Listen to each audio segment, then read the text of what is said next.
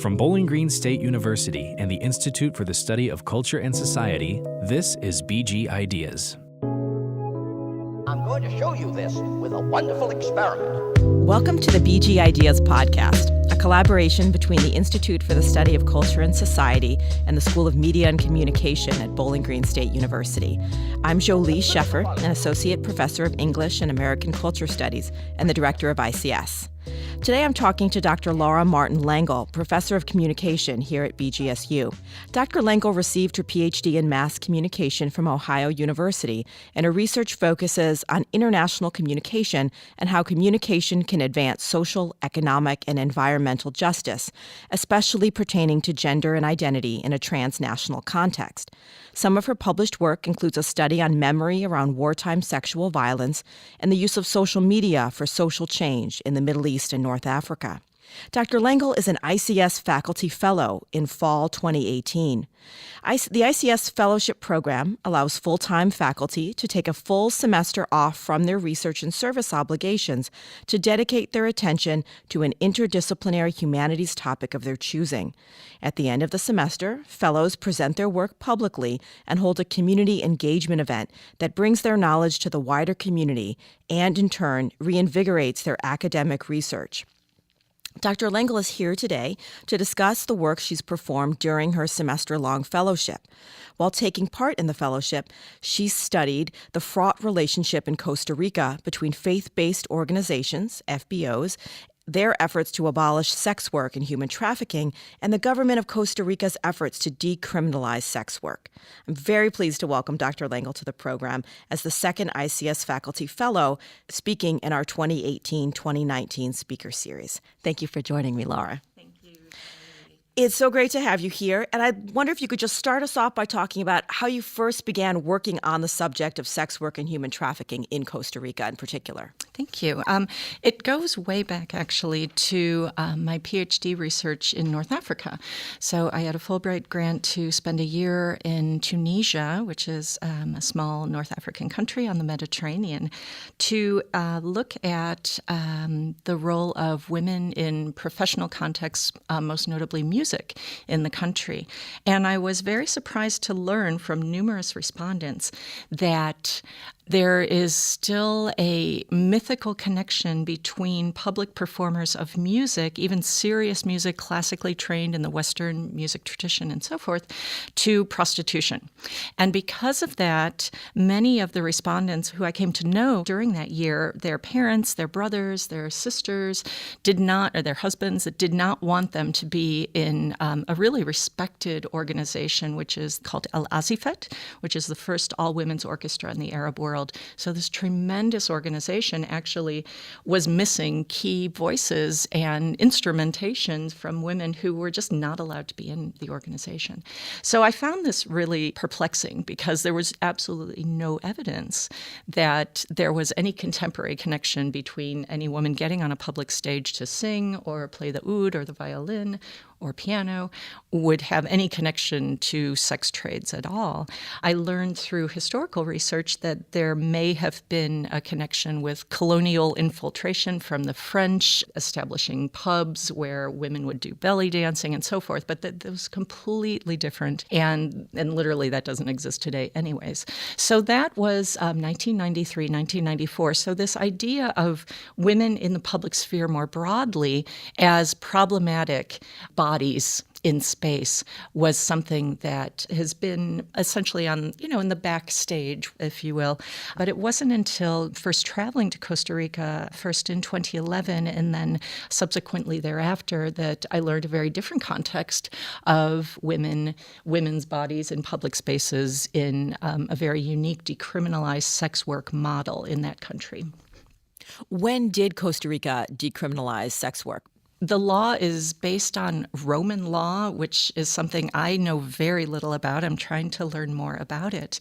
That there is no codified law that says sex work is either legal or illegal, and thus it's not illegal, meaning it's not necessarily legal. However, what is illegal is what's commonly known as pimping, procuring people to work for the pimps, the controllers' financial gain. And also prostitution gangs are illegal and brothels are illegal. So what I appreciate about this decriminalized, not illegal model of sex work is that sex workers can choose to do this work in a relatively regulated and relatively safe environment. There was an important piece of legislation turned into law in 2013 at the Costa Rican national level where sex tourism promotion and other nuances of the broader sex trade was established as illegal under a human trafficking law of 2013. How do you see this project and perhaps your work more broadly using interdisciplinary methods? It's interdisciplinary to an almost overwhelming standpoint because I started out this project as a feminist scholar, primarily in cultural studies and media studies, but have realized that I need so much more knowledge from legal studies, from political science, from the whole broad domain of human trafficking is very new to me.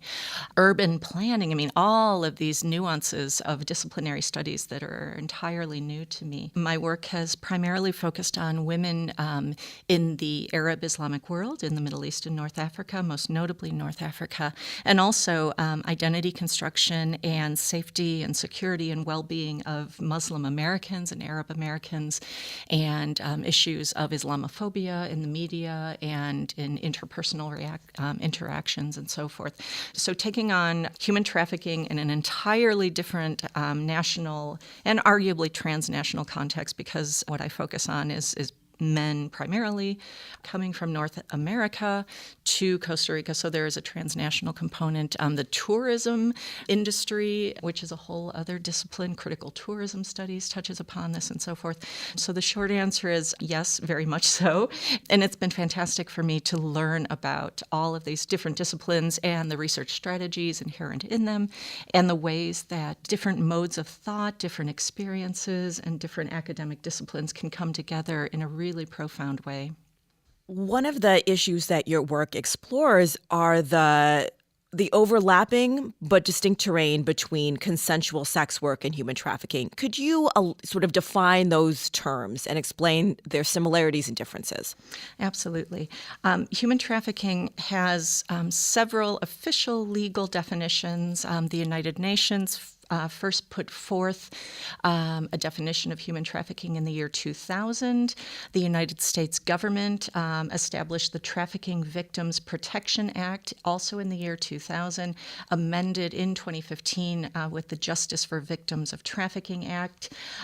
So, for instance, and the definitions are quite similar, but I'll give you the one from the U.S. Department of Justice. They define specifically sex trafficking as, quote, recruiting, harboring, transporting, providing, obtaining, patronizing, or soliciting of an individual through the means of force, fraud, or coercion for the purpose of commercial sex, end quote.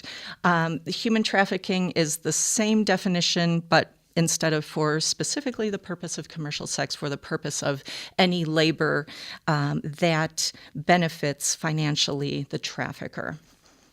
And then the question about consensual sex. Certainly, it involves the age of consent in the given jurisdiction. In a place like Costa Rica, that's 18. Elsewhere, that might be slightly different, might be slightly younger. I tend to go with the age 18 as the age of consent. So it would involve 2 or more adults, age 18 and over, engaging in an act that they choose to do that may or may not involve some transactional exchange, either money or its equivalent. What are the conditions in Costa Rica in particular that drive that country's industry for sex work and or trafficking? With the rise of not only the opening of borders and the increase of attention to the tourism industry, just the general neoliberal capitalist push the past 20, 30 years have added to this as well. So it is very much a balance.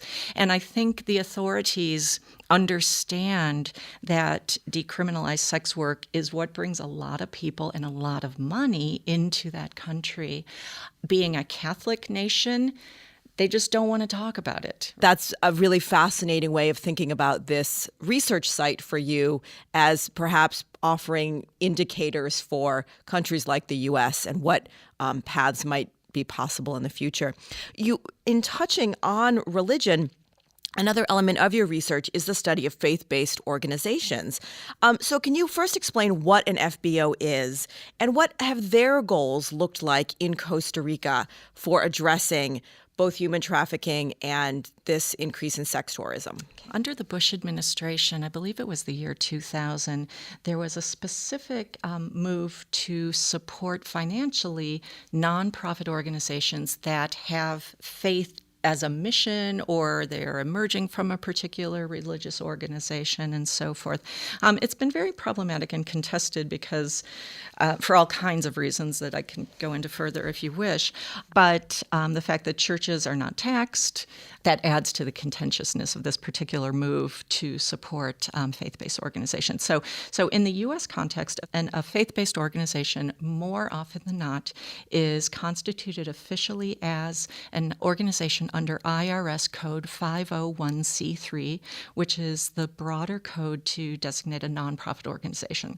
So they're a subset of nonprofits, essentially. As I said, they may be directly affiliated with a church, they may not be, and because of that legislation or that recodification under tax code in the year 2000 under the Bush administration, they've had more leeway to get funding at the federal level, as well as from individual and group donations and so forth. So there's been quite a growth of FBO since that year. So now we're going on about 20 years, nearly 20 years of a different funding structure for these organizations. And how are they approaching the subject of sex work in Costa Rica? What are those organizations that you're looking at? How do they tend to respond to the decriminalization that's happening there?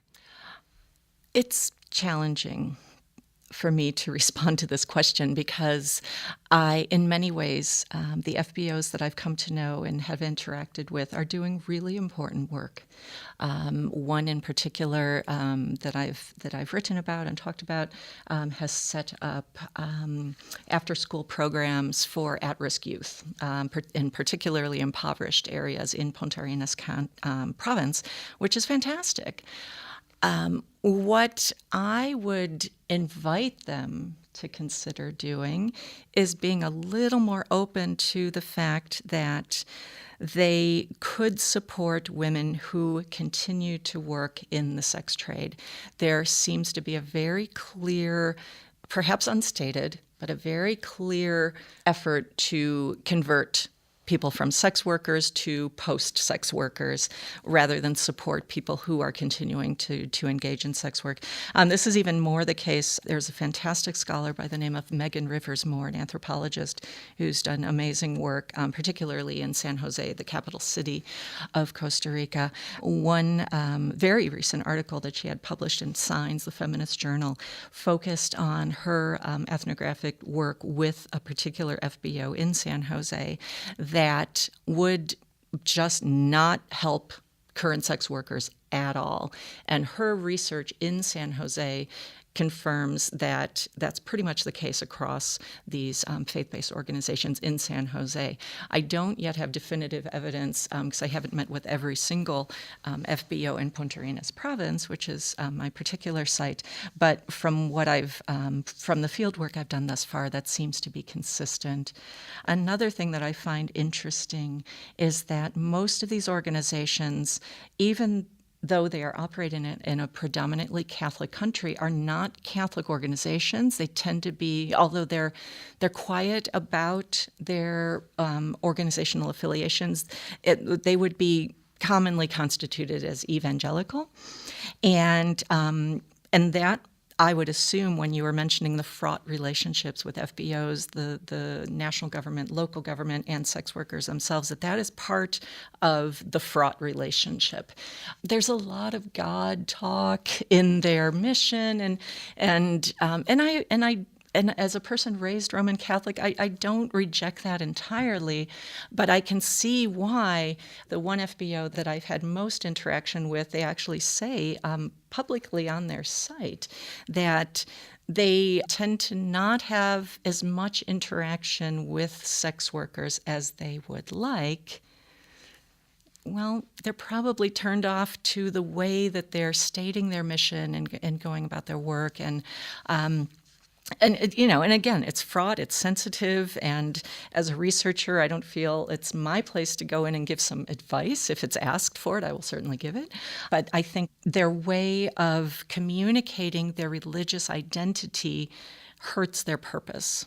Well, and that really also speaks to what you're talking about with tourism as well, as the FBOs are also kind of North American organizations coming into another nation with ideas about how things ought to be done. And then, for the most part, going back, many of them sort of there for short times to do volunteer work of some kind and then go back home to North America. And I imagine that creates certain tensions between local people, whether it's local elected officials or local women engaged in this kind of sex work, that may feel like outside interference. Absolutely. And that's not just the case in a place in what's known broadly as the global south, like Costa Rica, but it's also the case here in the U.S.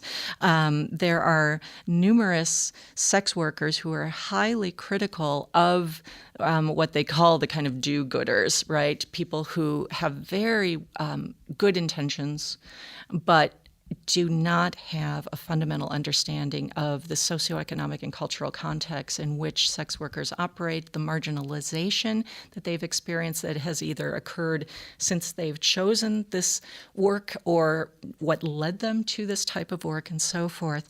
So that's absolutely the case. And it's hard for me to be a white, essentially middle-class feminist and critique white middle-class feminists. I would humbly suggest, more lived experience understanding financial insecurity than perhaps many middle-class feminists and activists and advocates who are doing this type of work.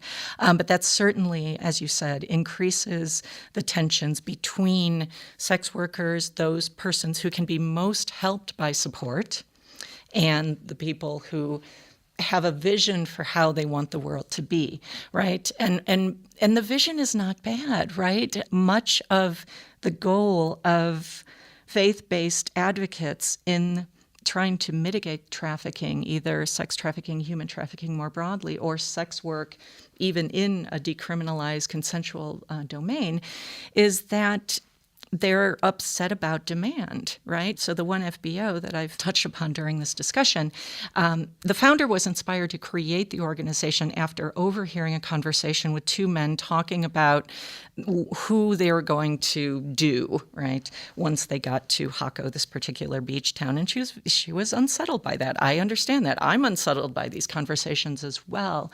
But I don't think trying to end demand is feasible. Whereas someone like that person thinks it's possible. It's a wonderful goal, but I don't see that as possible. One of the issues clearly is about differing attitudes about what the effect of decriminalization of sex work is, right? So on one side, you have those who argue that all sex work is in some way non-consensual and therefore is part and parcel of human trafficking. Could you sort of explain a little more about that position? Absolutely. And, what are its potential merits, and then where's the ways in which you might or might not agree with that? I would like to quote, not directly because I don't remember it word for word, but a very profound response to a similar question posed to a sex worker in London. The question also focused on how can you participate in an industry that is notoriously patriarchal and capitalist? And her response was, what work is not a part of patriarchal capitalism? And I thought that was really actually quite brilliant, because there are so many professions, careers, jobs, labor that are socially and culturally sanctioned. Sex work is absolutely not. But we're all operating in problematic systems. Maybe there are some careers that fall on the outskirts of that, and I honor those people who have found those careers, and even a fantastic life, as is the case of what we do as professors. There's still constraints. So I think that's the best way that I can respond to that question, is to actually, amplify the voices of current sex workers on that topic. And you quoted the statistic that 70% of the world's poor are women. So part of what you're talking about are, throughout much of the world, women are impoverished, they lack education and resources, and so sex work is often one of the few areas to earn money without resources, training, things like that.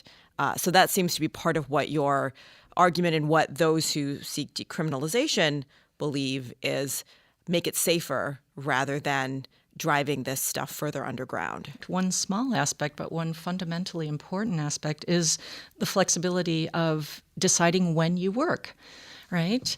As a former single mother, I can tell you, how challenging that can be. I was very, very fortunate to have a profession that would allow me to take my child to a pediatrician or to stay home with an extended case of mono or strep.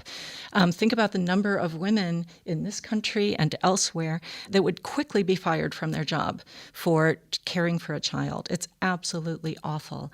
And especially in the place like the United States. I had my children in the United Kingdom, where there's far more support overall for parents to care for their children in a time of need than there is here in this, these right-to-work states and employment at will contexts.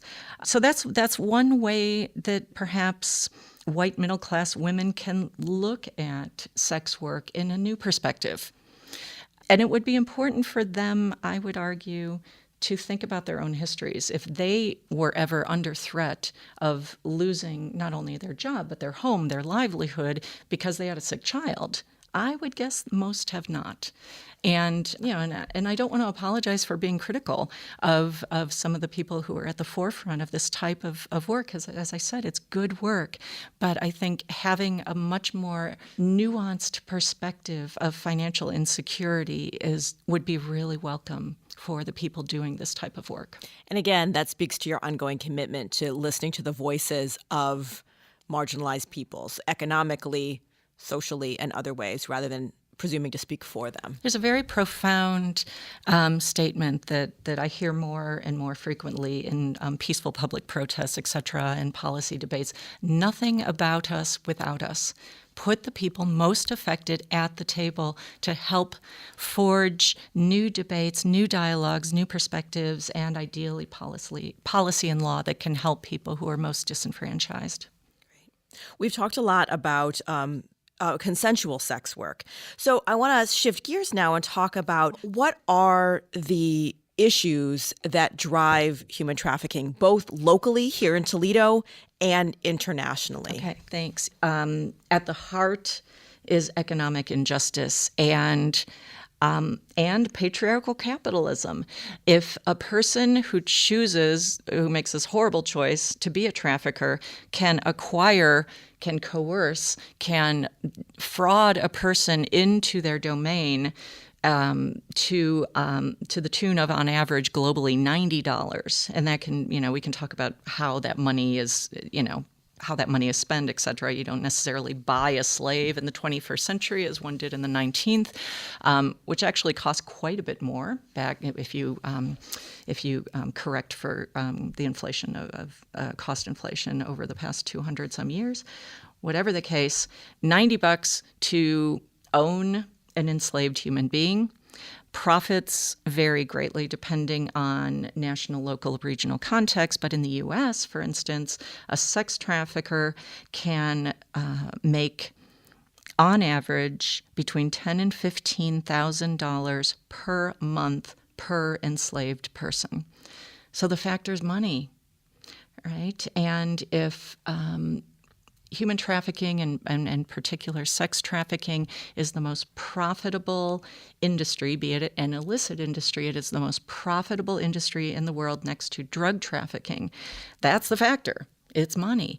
And what's interesting about human trafficking in persons currently being the second most profitable industry, I would unfortunately predict that will easily transcend and take the number one spot, primarily because drugs are a finite commodity. You sell a drug, it's used. You sell more, right? But you still have to get more product. Whereas a person can be sold many times a day and hundreds of times a month and thousands of times a year. It's awful. But it's profit, and that's what fuels this. And what are some of the things that ordinary citizens can do to be more aware of who might be at risk of being trafficked in our own neighborhoods? There are strategies that I'm hoping to continue to develop and share in workshops with middle school and high school, even elementary school teachers. I have some planned in January in honor of Human Trafficking Awareness Month. Health practitioners are starting to be trained and starting to gain awareness about how to identify a person at risk. The estimations are as high as 80% of people who are trafficked have visited a health practitioner, either in an emergency room, urgent care, a nurse practitioner, etc.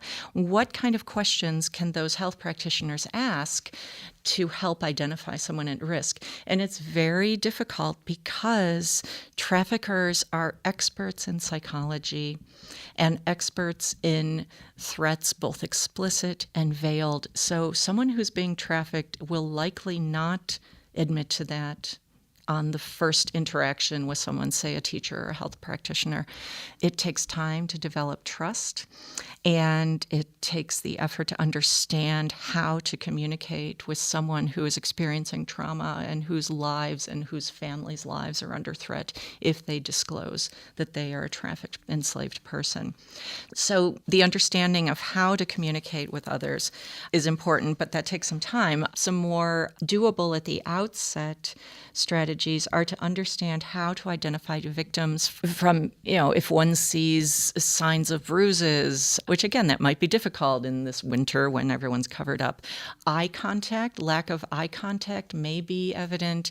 If a person, usually a young person, is uncomfortable saying where they're from, where they live, where they might be going, if they seem to have very few possessions, if they have no identification on their person, no money on their person, I think it's important to connect this question with studies of traumatology, right? How can we identify a person who's currently or surviving post-trauma and try to understand what that looks like? They may be malnourished. They may just have a look of fear on their face and so forth. So there are various ways, but it's very subtle. One of the things that I think is really important, and I hope to be developing this in the upcoming year, is some type of peer-to-peer mentoring and identification of young people at risk. Because I'm 54, I'm old, I don't know who's talking to who on social media, etc. Even teachers will not necessarily be privy to that. However, if I'm a 12-year-old girl and I sense that my friend or an acquaintance is expressing something of concern via social media, how can I report that to someone who can help that person? Well, that leads me to another question. I mean, I think we tend to have ideas in our minds about who the victims of trafficking are, and it tends to often be someone from another country who might look different than us. But really, thinking about trafficking being a worldwide phenomenon, it's happening here in our own community. Who are the typical victims of trafficking, if there is such a thing? I think one of the things from this entire project that has disturbed me the most is the notion of what is called boyfriending, like to boyfriend as a verb. I had never heard this, even just before a few months ago.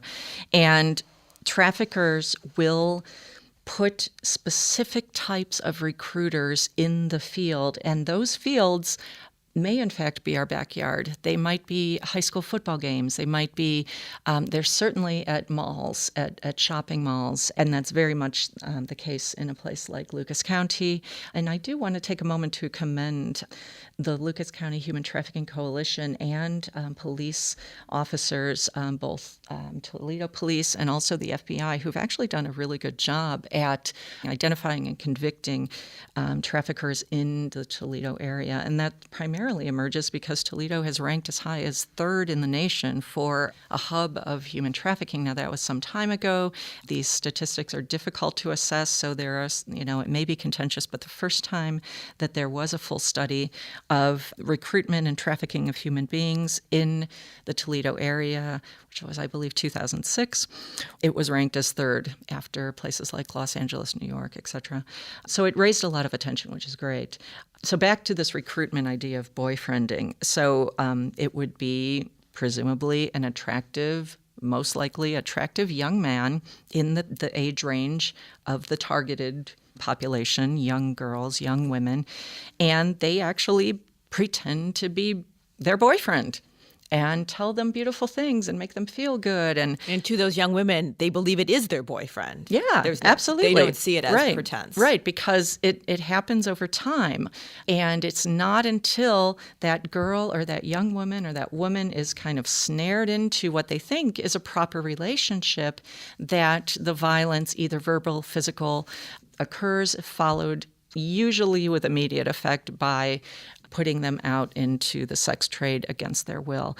What disturbs me the most about this is that when I was saying a few moments ago that traffickers are really good at psychology, they prey on vulnerability. They can sense when a young person is not feeling great about themselves, and that doesn't necessarily have to be in a face-to-face context. I mean, if somebody puts out on social media, "Oh, I'm not feeling very pretty today," or something, that's sending out messages for recruitment. I'm a person who has suffered with very severe depression since that age range, since around age 12, 13. And I think back to, could I have been a victim? Could I have believed one of these boyfrienders? It's really horrifying. And if anything, that's in a local context, that's what I'm most committed to, trying to help raise awareness and do whatever I can to mitigate this. Because basically what you're saying is, and in your work with local middle schools and high schools, is that really anyone could be a victim of human trafficking. Anyone who is young and feeling vulnerable, insecure, right, and who isn't at that age. And so we all have a responsibility to sort of be on the alert and to try and intervene. Absolutely, absolutely. And it goes hand in hand with cyberbullying. It arguably goes very hand in hand with the opioid epidemic. There are so many intersecting phenomena that exacerbate this crisis. So what kinds of advocacy are you seeing either locally or internationally in regard to human trafficking that seems promising to you? Well, just the example of Lily's Wings. So the play co-written by Roxanne Schroeder-Archa, Dr. Jo Beth Gonzalez, and in collaboration with their high school students, using drama, theatrical, filmic, televisual drama to help raise awareness about something like human trafficking, as well as all kinds of potential ills, climate change, etc., is a way to really reach out to people. Young people are not going to read the Trafficking in Persons report of the U.S. Department of Justice. They're just not. But they're going to pay attention to this play that they see of the case of one of the scenes, of which is a boyfriending scene of a boyfriend who looks lovely and is saying all the right things. And then that one little moment changes where you see him grab the woman's arm and you get a sense, it's a very visceral sense of how this type of process works. So certainly creative practice, art, visual design, performance art, theatrical performance, etc., is a fantastic way to enter people into a dialogue who may not be a part of this dialogue. Certainly efforts at middle school and high school levels across this country and arguably, across Western Europe as well and elsewhere will help raise awareness for not only young people, but their parents, their teachers, and as I mentioned, these new efforts to help raise awareness with healthcare practitioners are great. And to continue to have open discussions with people who are at the forefront, right? Again, nothing about us without us. People who are survivors of trafficking, as well as people who are currently engaged in the consensual sex trade. Because one of the key problems is a conflation between human trafficking and consensual sex work. And I think there are moral issues that problematize and create these mythical blurred boundaries between forced labor and consensual labor. So I think, and all of this is relatively new. Most people hadn't even heard of the concept of contemporary or modern slavery, as it is often called, until a few years ago. So great things are happening. Much more needs to happen, and I'm honored to be a part of these efforts in any way. Thank you so much, Lara. It's been a pleasure talking with you. Thank you so much, Jolie. Consider the following.